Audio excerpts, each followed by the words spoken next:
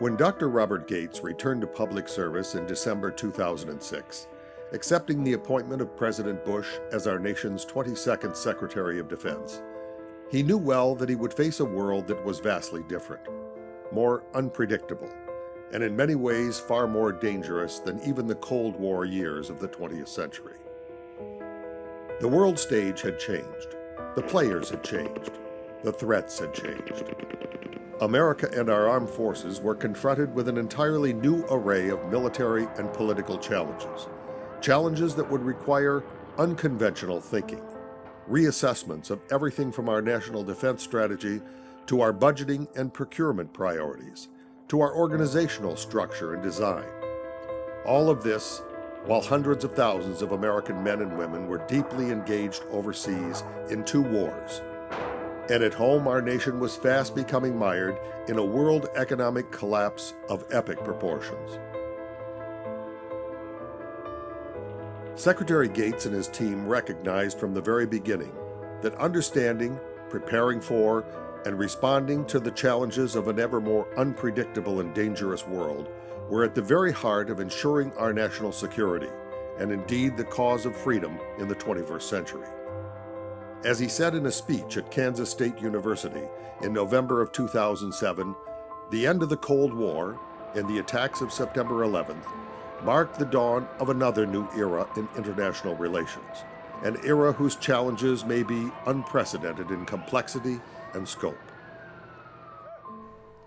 One of the most important lessons of the wars in Iraq and Afghanistan is that military success is not sufficient to win. Economic development, institution building and the rule of law, promoting internal reconciliation, good governance, providing basic services to the people, training and equipping indigenous military and police forces, strategic communications, and more.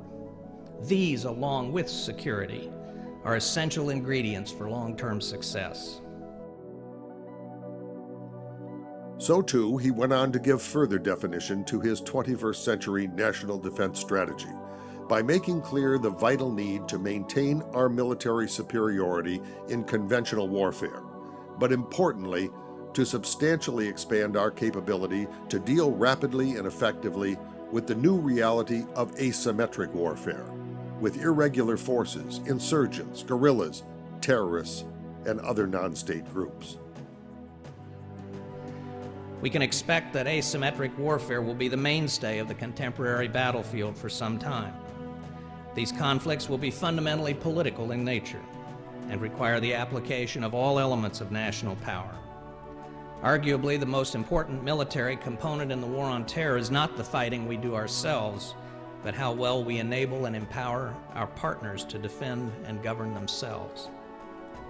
Success will be less a matter of imposing one's will and more a function of shaping behavior, of friends, adversaries, and most importantly, the people in between.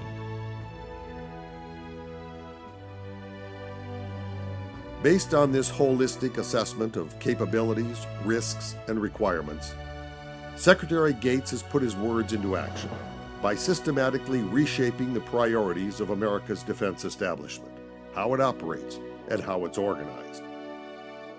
As a historian of the American military and political system, I believe that history will look on Secretary Gates as perhaps the greatest Secretary of Defense, based on his character, his focus, and his ability to make fundamental change in an institution that, by all accounts, is difficult to change.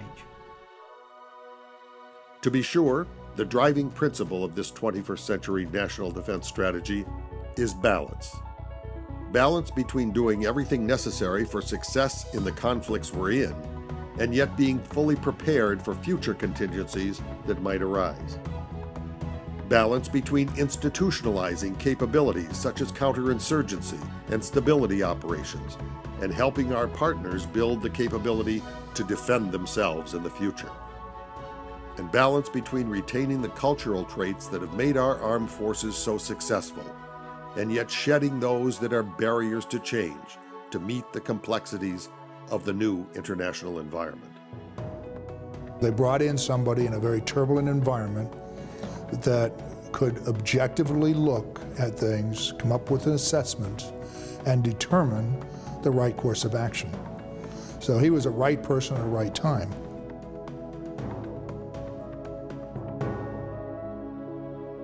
While defining America's national defense strategy for the 21st century and the organizations and systems necessary to support it have been and remain a central mission of the Office of the Secretary of Defense, there has simply been no greater priority for Secretary Gates in his 4 years in office than the pressing needs of America's warfighters and their families. To Dr. Gates, this is a very personal mission, and it has been since the day he was sworn in December 2006. On the battlefield, that has meant increasing and institutionalizing funding for mission-critical support in such areas as armored vehicles, helicopter and airlift support, personnel protective equipment, and vital intelligence, surveillance, and reconnaissance systems. Nowhere has this been more evident than in the spring of 2007. Attacks from roadside bombs and IEDs were injuring or killing our troops in record numbers, and alone represented the cause of the majority of U.S. deaths in Iraq. Secretary Gates stated unequivocally that the acquisition of new mine-resistant, ambush-protected armored vehicles, known as MRAPs, was absolutely the single highest priority of the Department of Defense. A year later, USA Today reported roadside bomb attacks and fatalities were down 90%, and to date, this program alone has simply saved hundreds and hundreds of lives. So too in the ISR area, intelligence, surveillance, and reconnaissance. The game-changing developments have been nothing short of remarkable on the asymmetric battlefield. From our expanded use of Predators and UAVs to the unconventional use of manned aircraft, equipped with highly advanced sensors capable of producing a massive amount of surveillance and reconnaissance coverage. And certainly not the least of these initiatives to support our troops in Iraq and Afghanistan has been the priority given to substantially improving the medical attention given to those injured on the field of battle. By increasing our helicopter, airlift, and medevac capabilities and adding field hospitals and surgeons, we have dramatically improved our ability to provide critical medical attention within 1 hour of a soldier being wounded. At the end of the day, victory on the battlefield is going to be determined by 18, 19, 20, and 25-year-old kids. And technology is not going to be the decisive factor. And I think the thing that Secretary Gates seems to emphasize, both in his actions and what he says, is that is still the most important thing, the American soldier. Dr. Gates' commitment didn't stop there. Paramount among the reforms outlined in his 2010 defense budget was to finally institutionalize a broad range of base budget funding for our troops and their families in the areas of medical care, medical research and development, traumatic brain injury and psychological health programs, child and spousal support, lodging, education, and a host of other vitally important issues to our military families. To me, the Secretary has set the tone that it doesn't matter what the cost is. We are going to do right by that soldier. We've seen medical become critical as a forethought in planning as opposed to an afterthought. We're going to deliberately plan for, we're going to deliberately garner our resources to make sure that we're ready to take care of those wounded individuals. You want to feel good about the military, and if you want to be inspired, all you have to do is go have lunch at the Walter Reed cafeteria and just watch these young men and women walk by.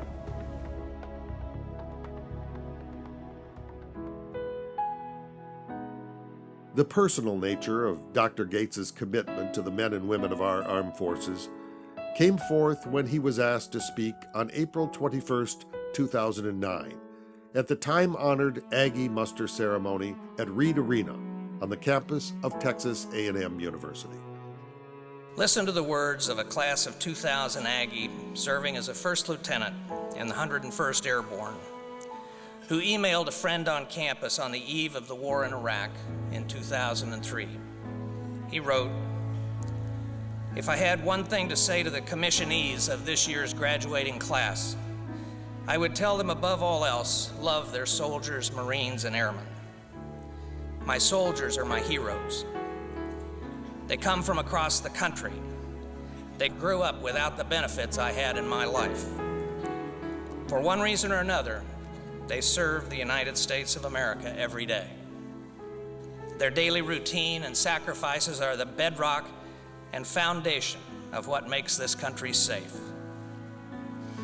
I am humbled every day by the sacrifices they make, by their hard work, and by their willingness to serve despite the circumstances. Again, I ask for your prayers for my heroes.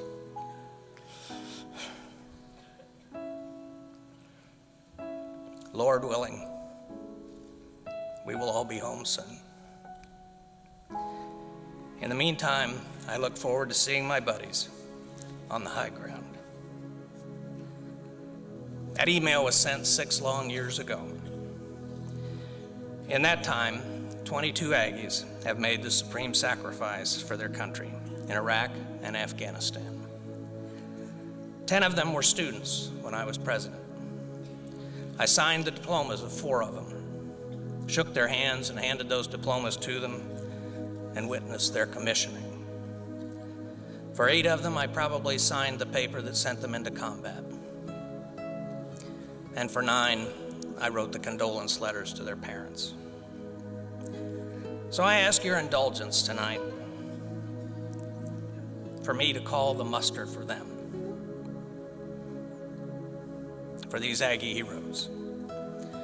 And I ask that you stand and respond with a resounding "here" for each of the 22, lest we ever forget their sacrifice.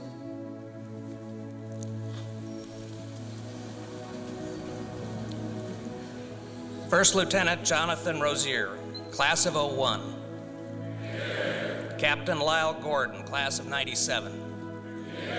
Captain Sean Sims, class of '94. Captain Todd Crisp.